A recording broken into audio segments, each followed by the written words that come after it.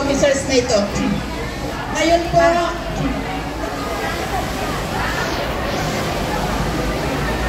magandang hapon po sa ating lahat. Ready na po ba tayo sa ating program? Nakuha nyo ng merienda ninyo.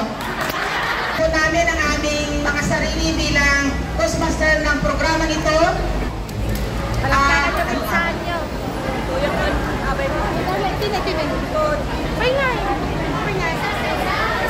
Ang nag-iisang, pero kapas na yun. Kaya pa, taos na. Ang inyong lingkod, Elena Flores ng Tinhaw Group. At ang inyong lingkod dito, Crystal Asuncion ng Emmanuel.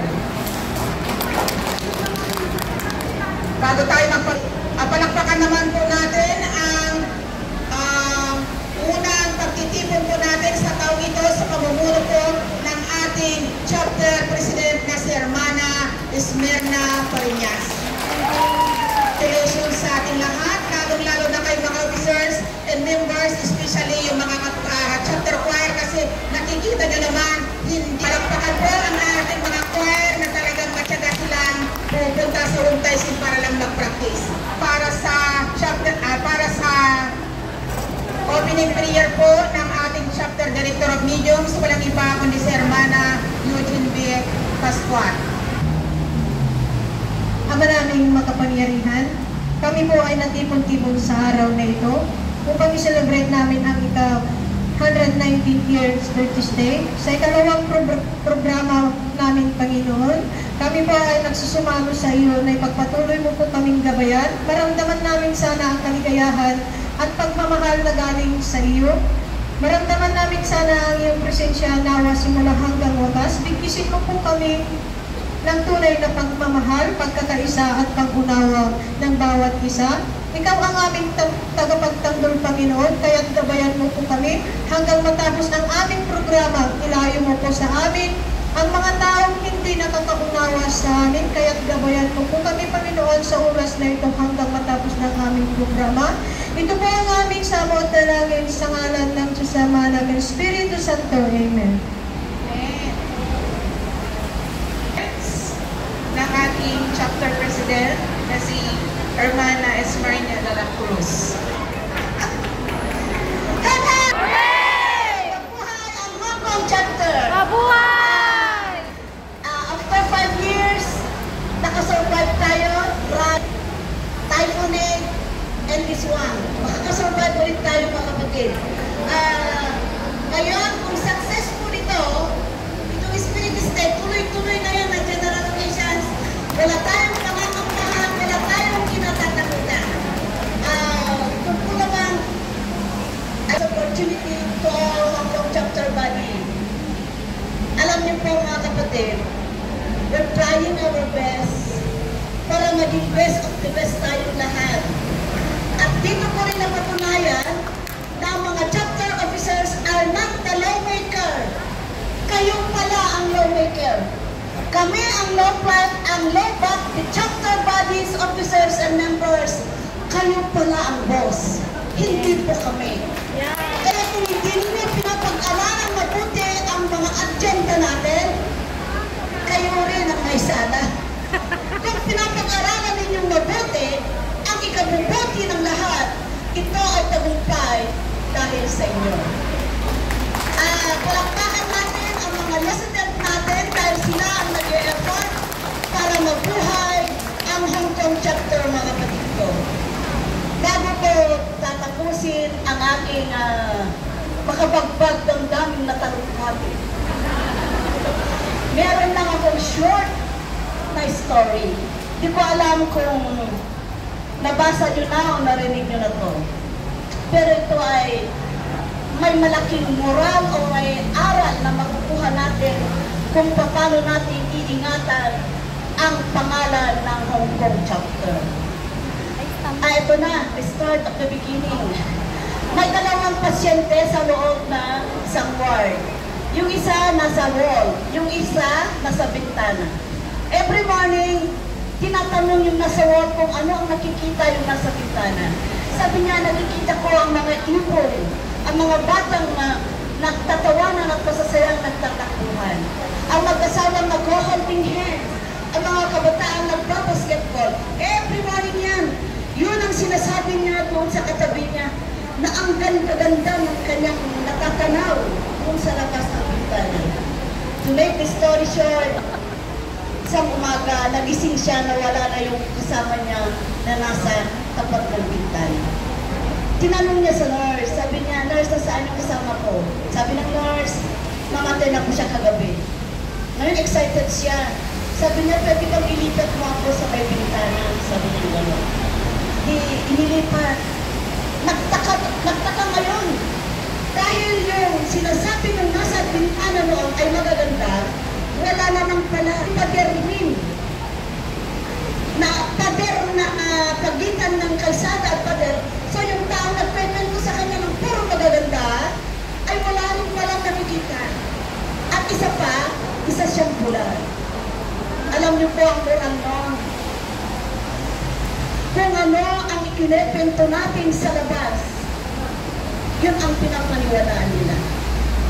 Sa pag-iusap ko sa inyong lahat, mga kapwa ko hanggang chapter, sana yung mga magagandang kaganapan dito sa loob ng chapter, yun ang ikwento natin sa labas. At yung mga hindi dapat maikwento, sa atin na lang dito sa loob. Nang sa gayon, ang mga tao nakakarinig na tayo ay may unity, magandang ating samahan, tayo ay modelo ng UECFI all over the world.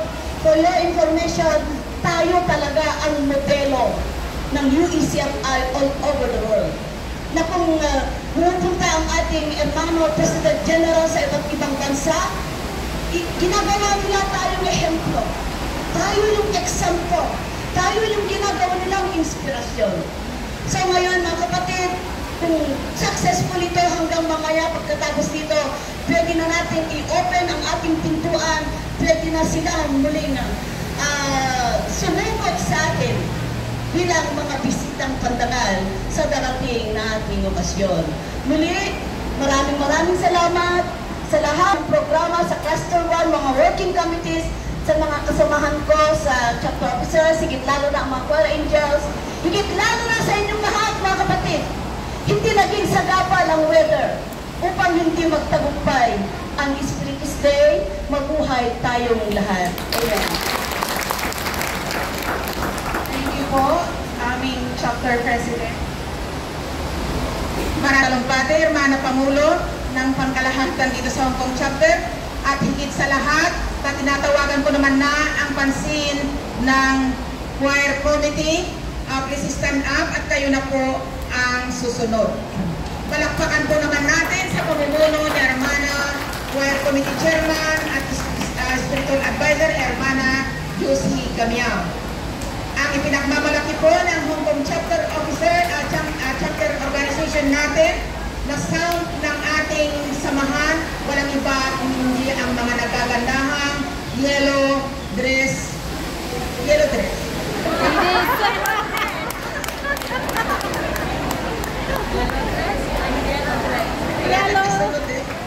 Lady and yellow. Ladies and yellow. Wow. Attractive. Palakpakan nyo naman po sila. Tingnan nyo, very organized. At higit sa lahat, pansinin nyo ang mga paa, sila lang ang naka-heels. Yes. Lahat kami naka-rubber shoes, protection namin sa ulan. Pero sila, wala silang pakialam sa ulan, makapagsapatos lang. Yeah. Palakpakan naman po natin ang ipinagmamalaki po ng ating choir.